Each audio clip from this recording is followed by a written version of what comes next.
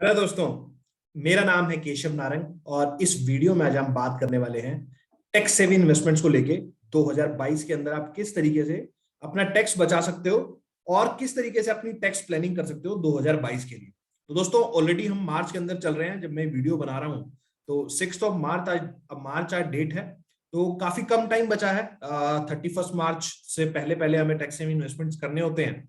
और लगभग लगभग जो लोग सैलरीड लोग हैं उनके कंपनीज में ऑलरेडी एचआर जो होता है वो बेसिकली आपसे डिक्लेरेशन वगैरह के प्रूफ वगैरह मांगता है। तो आई थॉट, मैंने सोचा कि अच्छा टाइम है ये ऐसा वीडियो बनाने का। तो आज इसी सारी चीजों पे बात करने वाले हैं। टैक्स सेविंग इन्वेस्टमेंट्स आप किस तरीके से कर सकते हैं, हमारे पास क्या क्या ऑप्शंस होते हैं टैक्स को बचाने से लेके सारे इंस्ट्रूमेंट में। जो भी 4 5 6 तरह के इंस्ट्रूमेंट है उस पर थोड़ी बात करेंगे और कौन सा बेस्ट रहेगा आपके लिए, या जो पर्टिकुलरली मैं यूज करता हूं, मुझे कौन सा इंस्ट्रूमेंट सही लगता है पर्टिकुलरली टैक्स सेविंग में। वो सारी चीजों में आज हम बात करने वाले हैं। तो दोस्तों, वीडियो को अंत तक जरूर देखें और चैनल को जरूर सब्सक्राइब कर लें ताकि आपको इस तरीके के अपडेट्स टाइमली अपडेट मिलते रहें। तो दोस्तों चलो वीडियो को स्टार्ट करते हैं। लेके चलता हूं आपको अपने कंप्यूटर स्क्रीन के ऊपर और फिर वहां पे थोड़ा सा डिस्कशन स्टार्ट करते हैं। तो दोस्तों चलते हैं स्क्रीन के ऊपर।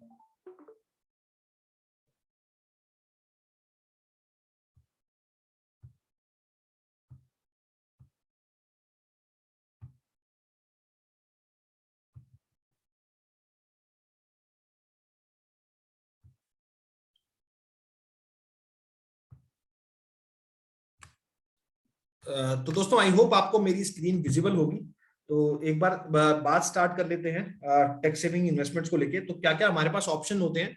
तो बेसिकली 4 तरह के बेसिकली ऑप्शंस मैंने यहाँ पर थोड़ा सा इसके ऊपर एनालिसिस करी है और किस तरीके से क्या क्या फीचर्स होते हैं उस सारे के बारे में बात करते हैं। तो दोस्तों, सबसे पहला जो बेस्ट नोन ऑप्शन है, हर एक को पता भी है ऑप्शन, वो है इक्विटी लिंक्ड सेविंग स्कीम, जो ईएलएसएस म्यूचुअल फंड्स होते हैं बेसिकली। इसके बारे में थोड़ा इन डेप्थ में बात करने वाला हूँ वीडियो के अंदर। तो वीडियो को अंत तक जरूर देखें। उसके अलावा पीपीएफ होता है हमारे पास, पब्लिक प्रोविडेंट फंड। और तीसरा होता है नेशनल सेविंग सर्टिफिकेट। ये सारे हालांकि थोड़े से अनपॉपुलर से हैं, बट फिर भी इनसे भी कहीं ना कहीं हम टैक्स इन्वेस्टमेंट्स जो है अपनी कर सकते हैं। तो दोस्तों, टैक्स इन्वेस्टमेंट्स जो हम कर रहे हैं वो बेसिकली अपना एटीसी के अंदर जो आपको डिडक्शन मिलता है, मतलब जो भी आप इन्वेस्टमेंट डन करते हो तो उसके अंदर जो आप डिडक्शन ले सकते हो इन्वेस्टमेंट्स के अंदर, तो वो 1.5 लाख रुपए तक आप क्लेम कर सकते हो मैक्सिमम, पर्टिकुलरली सेक्शन 80C के अंदर। उसके अलावा एक सेक्शन 80D होता है जिसमें आप हेल्थ इंश्योरेंस का क्लेम करते हैं।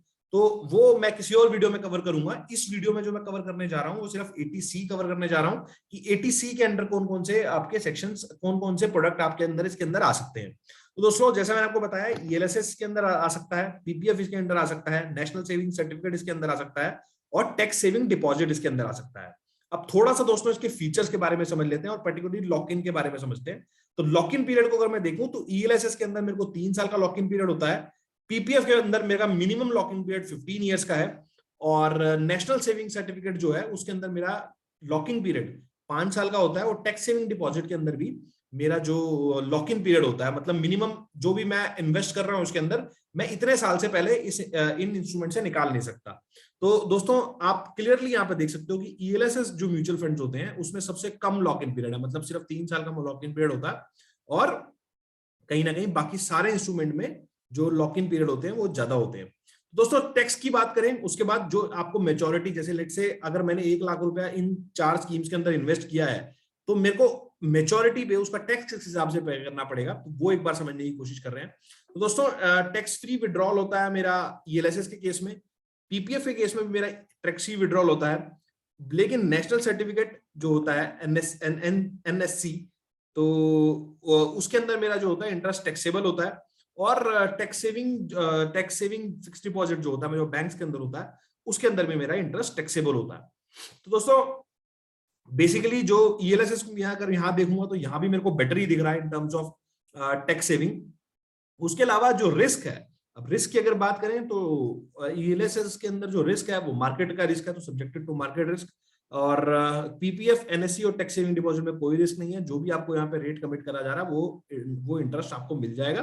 पर्टिकुलरली गवर्नमेंट ऑफ इंडिया इसको गारंटी करती है। तो दोस्तों, ये मोटा मोटा 5 चीजें आपको समझ में आई होंगी कि लॉक इन पीरियड क्या है, टैक्स का स्टेटस किस तरीके से रहता है मेच्योरिटी के ऊपर, जो काफी इंपॉर्टेंट है, और उसके बाद कहीं ना कहीं रिस्क किस तरीके के हमारे इन्वेस्टमेंट के अंदर होते हैं। तो दोस्तों थोड़ा इसके आगे चलते हैं, आगे और समझ लेते हैं। अब थोड़ा सा जैसे मैंने आपको बताया था कि जैसे यहाँ पे हम क्लियरली देख सकते हैं, मेरे को यहाँ पे ईएलएसएस इन्वेस्टमेंट सबसे सही लगते हैं because of low locking period, और उसके बाद जो मेरे को विड्रॉल्स मिलते हैं वो भी टैक्स फ्री मिलते हैं।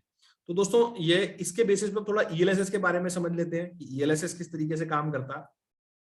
तो ईएलएसएस के अंदर दोस्तों बेसिकली ये है कि आप कोई भी इक्विटी लिंक म्यूचुअल फंड इसके अंदर सेलेक्ट कर सकते हैं। हर एक ईएमसी का अलग अलग टैक्स सेविंग म्यूचुअल फंड होता है, उसके बारे में भी थोड़ा डिटेल में समझूंगा, जो 2-3 मुझे अच्छे लगते हैं। बट कोई भी आप एएमसी का म्यूचुअल फंड सेलेक्ट कर सकते हैं, और मिनिमम लॉक इन पीरियड जो होता है इसके अंदर वो बेसिकली आपका 3 इयर्स का होता है। और जैसे हम पहले सर्च अपना कर भी चुके हैं, बात कर चुके हैं। उसके अलावा जो मेन बात है, क्योंकि यहाँ पे विड्रॉल आपका 3 साल के बाद ही आपका पैसा विड्रॉ होता है, तो यहाँ पे जो आपका शॉर्ट टर्म कैपिटल गेन है वो एप्लीकेबल नहीं होगा। सिर्फ और सिर्फ लॉन्ग टर्म कैपिटल गेन यहाँ पर आपका एप्लीकेबल होता है, वो भी अगर आपका जो कैपिटल गेन है वो 1 लाख रुपए से ज्यादा हो।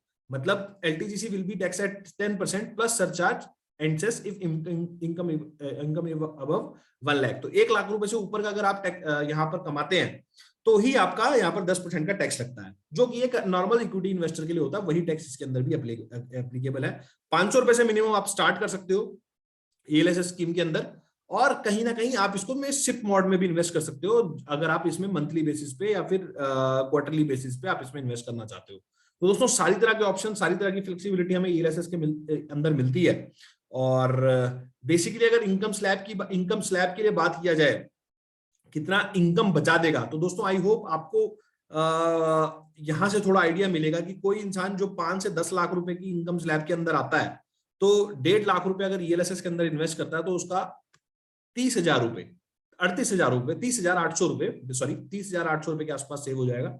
और अगर कोई 10 लाख रुपए से ऊपर की इनकम पे आता है तो उसका 46,000 रुपए का टैक्स यहाँ पे सेव होता है। मैं कंसीडर कर रहा हूँ 30% के टैक्स ब्रैकेट में आया है, और यहाँ पर वो 20% के टैक्स ब्रैकेट में आया। तो आई होप दोस्तों ये क्लियर सा आपको समझ में आ गया होगा कि किस तरीके से मैंने कैलकुलेशन यहाँ पर करे हैं। तो दोस्तों आपको अच्छे से क्लैरिटी मिला होगा कि 5 से 10 साल के अंदर, 10 लाख के अंदर आपकी सालाना इनकम है, 30,800 रुपए आप बचा सकते हो अगर आप 1.5 लाख रुपए का इन्वेस्टमेंट ईएलएसएस फंड के अंदर करते हैं।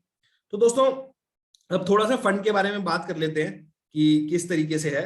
जो ये चीज भी मैं आपको बता चुका हूँ, ईएलएसएस का जो है, इसमें एसटीजीसी नहीं होता, आपका शॉर्ट टर्म कैपिटल गेन नहीं होता, 36 मंथ आपका लॉन्ग टर्म कैपिटल गेन होता है, वो भी 10%। तो बेसिकली यही इसमें किस तरीके से काम करता है। तो दोस्तों इसमें बाकी जो दूसरी चीज है, जैसे मैंने आपको बताया कि हमें क्यों चूज करना चाहिए ईएलएसएस, वो बेसिकली हम देख चुके हैं कि लो लॉकिंग पीरियड है, 3 साल का लॉकिंग पीरियड है। बाकी सारे प्रोडक्ट्स के अंदर कहीं ना कहीं लॉक इन पीरियड ज्यादा है, और कहीं ना कहीं हम जब लॉन्ग टर्म में इक्विटी में इन्वेस्ट करते हैं तो इनके कंपैरिजन में ज्यादा रिटर्न नहीं आता है। तो ऐसा भी देखा गया है, जो भी हम आगे समझेंगे कि किस तरीके के सीएजीआर वगैरह रहे हैं। तो दोस्तों 3 यहाँ पर मैं आपसे शेयर कर रहा हूँ अपने ईएलएसएस फंड्स। तो एक मेरा ही का एसेट सेवर है, Motilal Oswal long term equity है, और ICICI Pru L&T equity fund है जो टैक्स सेविंग फंड है। तो इसके ये ऐसे और भी एमसीज के हैं, बट मेरे को 3 अच्छे लग रहे हैं और रिटर्न वाइज भी ठीक है, तो इसलिए मैंने आप लोगों से शेयर कर रहा हूँ। तो एक बार इसके बारे में थोड़ा देख लेते हैं कि किस तरीके के रिटर्न इनके रहे हैं। तो दोस्तों मोतीलाल ओसवाल का अगर आप देखोगे, सिंस इंसेप्शन का जो रिटर्न है 1 ईयर का इनका 32% का रिटर्न है, और सिंस इंसेप्शन का रिटर्न अगर आप देखोगे तो 15% का इन्होंने रिटर्न दिया है, पर्टिकुलरली इस फंड के बेसिस पे। तो दोस्तों इससे पता चलता है कि हमें एनएससी और जो बाकी पीपीएफ वगैरह जो इन्वेस्टमेंट होती है एटीसी के अंदर, उससे फार बेटर है, और कहीं ना कहीं उसको बहुत ह्यूज मार्जिन से आउट परफॉर्म करता है। वही जो मेरा ही का एसेट सेवर है, वो भी कहीं ना कहीं 20% के आसपास का मेरे को यहाँ पर कमा के दे रहा है, और आईसीआईसीआई का जो फंड है वो मेरे को 19% का कमा के देता है। तो बेसिकली अगर इनके एक्सपेंस रेशियो के बारे में बात करें तो 2%, 1.77, तो ये नेट ऑफ ऑल एक्सपेंसेस होता है। तो दोस्तों आई होप आपको ये चीज समझ में आई होगी, और ये चीज समझ में आई होगी कि ईएलएसएस इन्वेस्टमेंट्स क्यों बेटर है, कौन कौन से ईएलएसएस इन्वेस्टमेंट्स आप कर सकते हो। अगर आप इनके लिए अकाउंट ओपन करना चाहते हो तो मैं लिंक में अपना जीरोधा 5 पैसा का डिस्क्रिप्शन का लिंक उसके अंदर डाल रहा हूँ, तो वहां जाके आप अपना अकाउंट ओपन कर सकते हो और इन म्यूचुअल फंड्स इन्वेस्टमेंट्स के अंदर अपना इन्वेस्ट करना स्टार्ट कर सकते हो। डेट्स बहुत, अभी 6 तारीख में हम खड़े हैं, तो यही महीना ही है पर्टिकुलरली आपके पास इन इन्वेस्टमेंट्स को करने के लिए। दोस्तों आई होप आपको ये एटीसी के इन्वेस्टमेंट्स आज समझ में आए होंगे। 80D पे भी मैं एक वीडियो बनाने के लिए सोच रहा हूँ। आप लोग कमेंट सेक्शन में लिख के बताओ कि आपको क्या उस पे वीडियो चाहिए, जो हेल्थ इंश्योरेंस से आप टैक्स सेव कर सकते हो, और उसके अलावा क्या क्या मेथड हो सकते हैं टैक्स सेव करने के लिए। अगर आप इन सब चीजों पे भी वीडियो चाहते हो मैं बनाऊं, तो मेरे को कमेंट सेक्शन में लिख के बताएं, ताकि मैं इस तरीके का वीडियो बना पाऊं। तो दोस्तों, आई होप वीडियो अच्छा लगा होगा। अच्छा लगा है तो ज्यादा से ज्यादा लाइक करें, शेयर करें, और चैनल को जरूर सब्सक्राइब कर लें, ताकि आपको इस तरीके के अपडेट्स मिलते रहे। तो दोस्तों, इस वीडियो को यहीं समाप्त करता हूं। मिलता हूं आपसे अगले वीडियो में किसी और तरह के नए टॉपिक के साथ। ओके दोस्तों, बाय बाय, नमस्कार।